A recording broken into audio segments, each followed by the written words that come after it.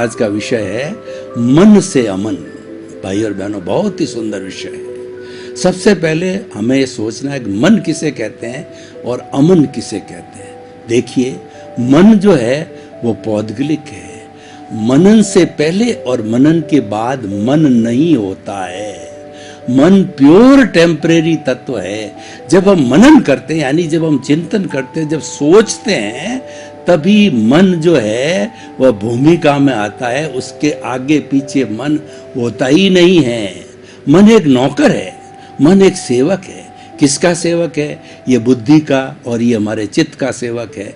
लेकिन बेचारे मन के ऊपर ये दोष डाला जाता है कि मन लोभी, मन लालची, मन चंचल, मन चोर, मन के मते न चालिए, पलक पलक मनोहर। ये उस पर दोष डाला जाता है। लेकिन विक्षिप्त मन नहीं होता है, विक्षिप्त चित्त होता है। ये अलग विषय है। उसकी विक्षिप्तता मन तक उतरती है। मन एक दूत है। कैसे दूत है कि पुराने जमाने के अंदर एक राजा से दूसरे राजा को कोई भी पत्र भेजना होता था, कोई भी संदेश भेजना होता था, तो वो कपड़े के ऊपर जो है अपनी स्टाम्प लगा के सिग्नेचर करके और वह पत्र जो है वो दूत के साथ भेजा करते थे। तो दूत जाकर के अगले महाराजा को सारी बात बताता, पढ़ के सुनाता था। और कई बार उसके लिए अप्रिय होती थी तो सामने वाला महाराज उसको मारने को तैयार हो जाता था। लेकिन ये संधि थी दूतों के लिए कि दूत बेचारा क्या करे, वो तो पोस्टमैन है, वो तो अपना कर्तव्य का निर्वाह कर रहा है। एक जगह से जो पोस्ट आई है वह भेजने वाले से जो है पाने वाले को देता, उसका दोष नहीं है, इसलिए उसको मारा नहीं जाता है। तो मन का कोई दोष नहीं है। लोग कहते हैं हमारा मन भटकता है। तो मन भटकने का कारण ये कि हम मन को बांधे रखते हैं। कई लोग, मुझे 40 साल से जो है मैं ये जो है मन को शांत करने की, विचारों को शांत करने की, एकाग्र होने की साधना कर रहा हूँ, मेडिटेशन कर रहा हूँ।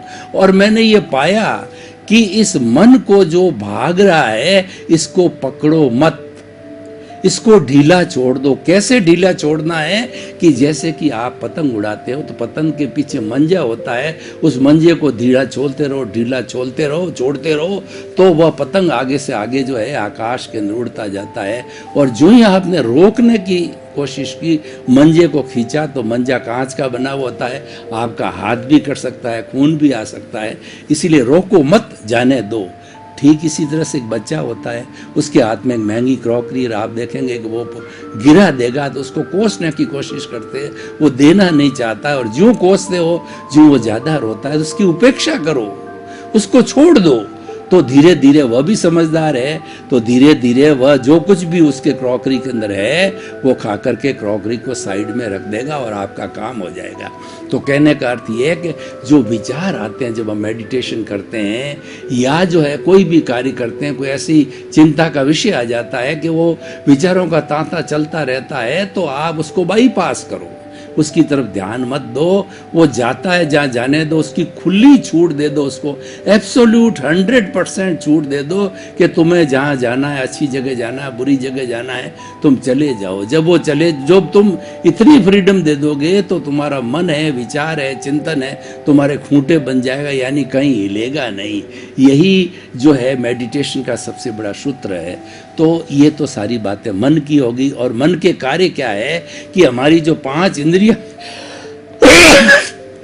हमारी जो ये 5 इंद्रियां हैं, ये 5 इंद्रियां जो है बाहर के जगत से अपने अपने विषयों को खींच करके लाती है।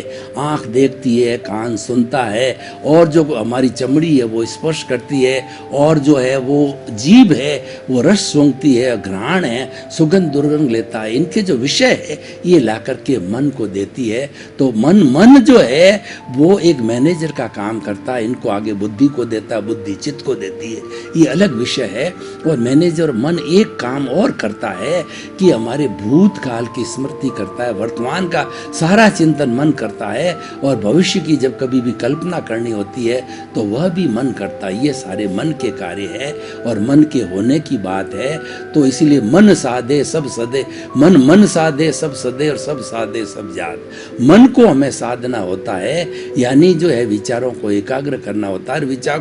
विचार कब एकाग्र होते हैं कि हमारे हमारे मन वचन काया रूपी ये जो शरीर मिला है पूर्व जन्म के कर्मों के भुगतान के लिए मिला है, और सारा भुगतान मन के द्वारा होता है, विचारों के द्वारा होता है। तो उस भुगतान तो नियत है, वो तो हमारा परिणाम है, हम करके लेके आए। हमको पता है कि हमने पिछले जन्म में कैसा पेपर दिया, उसका रिजल्ट है। अब इस रिजल्ट की क्यों चिंता करते हो? वो तो आप करके आए हो, वो तो नियत है, तो आपको चलता रहेगा। उसको बदलने की कोशिश क्यों करते हो? और आप कहते हो कि मैं तो उसको बदल रहा हूँ, वे मेरा पुरुषार्थ है। वो गलत है, वो भ्रांति है, वो अज्ञान है, और आप फालतू कर्ता बन जाते हो। और ये कर्ता ऑनरशिप है, डूअरशिप है, यही सबसे बड़ा कर्म बंधन का कारण है। इसलिए no ownership, no doership, no blame, no claim. और जो किसी को दोषी नहीं देखना, किसी को ब्लेम नहीं देना। इसीलिए ये सारा जो है मन से जुड़े हुए काम होते हैं। अब मन से अमन होने का क्या मतलब, अर्थ क्या हुआ कि देखिए हमारा मन है, ये शब्दों से जुड़ा हुआ है, ये विचारों से जुड़ा हुआ है। ये विचार बुद्धि तक जाते हैं, चित्त तक जाते हैं, और हमारा अंतःकरण के अंदर मुख्य जो भाग होता है वो मन का होता है। मन बुद्धि चित्त अहंकार, जो मन पैम्पलेट निकालता है, मन जो विचार करता है वो बुद्धि तक जाता है, बुद्धि उसको देखती है और ये चित्त तक जाता है और निर्णय नहीं होता है। लेकिन अहंकार जब कोई निर्णय ले लेता है, जो पैम्पलेट मन ने बताए है, और अहंकार उन पैम्पलेट की चटनी कर पे जिस पर हस्ताक्षर कर देता है वो मान्य हो जाता है। यानी ये सारा बुद्धि के स्तर पर, इंद्रियों के स्तर पर, चित्त के स्तर पर, स्थूल शरीर के स्तर पर काम होता है, वो सारा शब्दों के द्वारा होता है।